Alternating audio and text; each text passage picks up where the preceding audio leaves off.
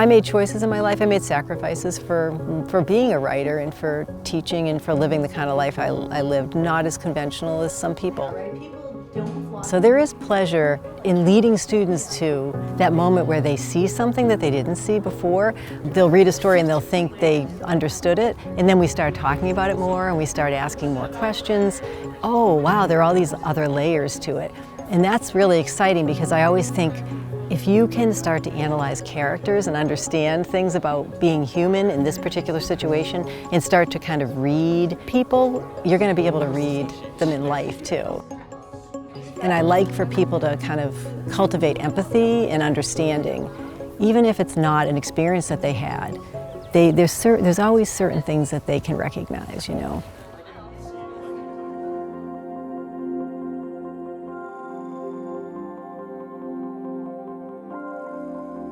It was very hard to go to England for both semesters. I was in Oxford and I was lonely and homesick, but once I did it, you know, and then I knew I could do it again.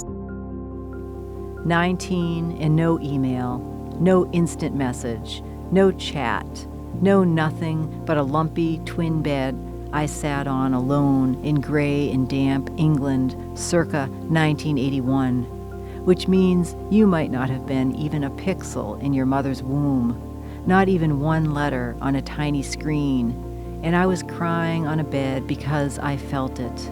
I felt what you do not want to know, do not want to feel, do not want to believe as you pick up your cell phone to say, hey, I was a lone girl on a lumpy British bed in a priory with old nuns who gardened and left me aerograms on the shelf below the Holy Spirit stained glass window, and they were light blue, light as the feathers of hope without wings.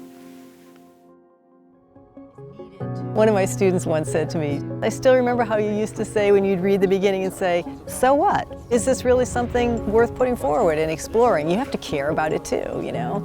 There's so much talent here, really, you know, especially when I teach creative writing, and they have such interesting stories, but they don't think they do until they're giving a prompt, you know, or given an exercise. So if a lot of these students wanted to continue and really work hard, they could end up publishing and making a life of it. It's all about choice, you know?